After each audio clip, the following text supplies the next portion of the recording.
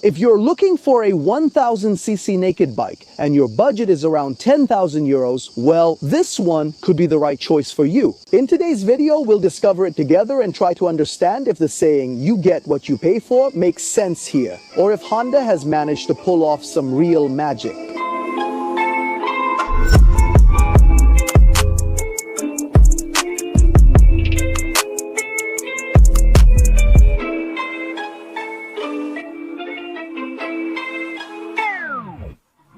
So let's start this review, beginning with the riding comfort. What's it like to be on board this CB 1000 Hornet 2025? Well, let me say, the answer isn't exactly obvious. Even though the seat, foot peg, and handlebar positioning is perfect, the slightly flared shape and the stiffness of the seat cause a bit of discomfort in the lower back after a few kilometers. However, in the city environment, the bike is really agile and lets you weave smoothly through traffic. With your torso, you're not leaning too far forward. Just to give you a better idea, your head ends up more or less in this area of the tank.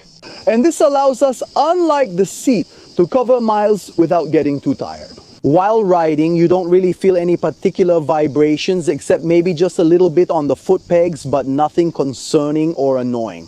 Overall, it's a bike that's really easy to ride around, and since it's an Euro 5 Plus bike, I want to point out that in urban environments you don't feel any particular heat on your legs.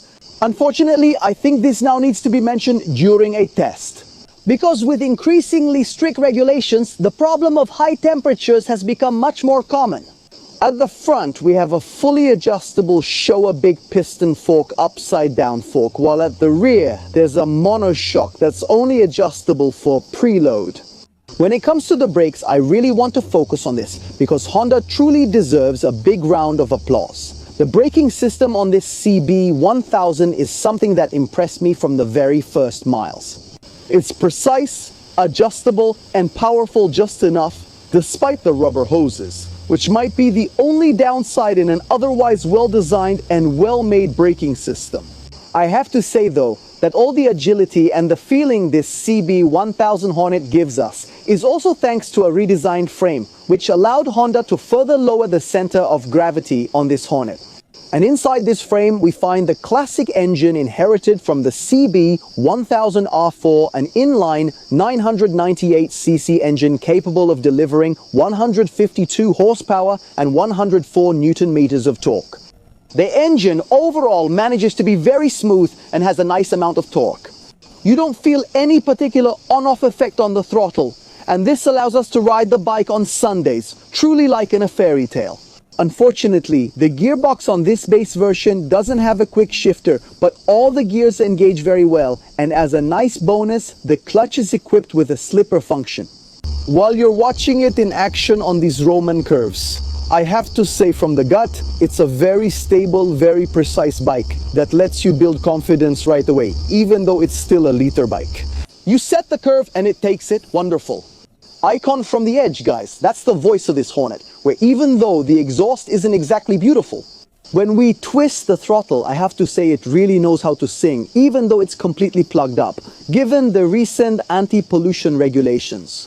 It's time to open the electronics chapter, and I say chapter for a reason, because on board this Hornet 1000, we find all the essentials without any frills. 3 riding modes, Rain, Standard, Sport, plus 2 fully customizable modes with traction control and ABS. In addition to this, in front of us while riding, we'll find a 5-inch color thin film transistor display with Bluetooth connectivity and turn-by-turn navigation, thanks to the official Honda app on our smartphone. So the Hornet can definitely be described as a modern motorcycle that still leaves the pleasure of riding in the hands of the rider.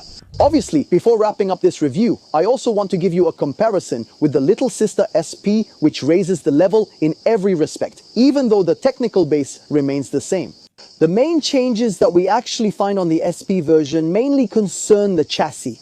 Instead of the Showa suspension, we actually find Öhlins, and instead of the Nissin calipers, we find Brembo Stilema.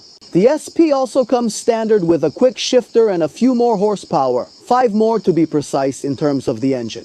Looking at the price list, the CB1000 Hornet, the model tested in this review, is offered at €10,390, positioning itself on the market as one of the most affordable 1000cc naked bikes at the moment.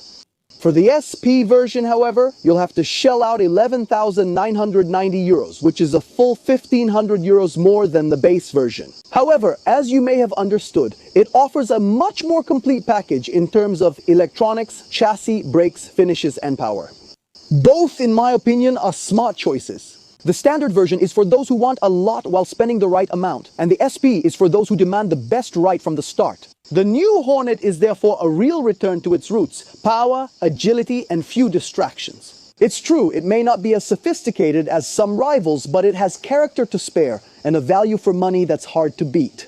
If you enjoyed the review, please leave a like and subscribe to the channel to let me know. And leave a comment below to tell me what you think about it. As usual, that's all from Freccia Verde, and I'll see you in the next video. I encourage you to go try it out directly at the dealership.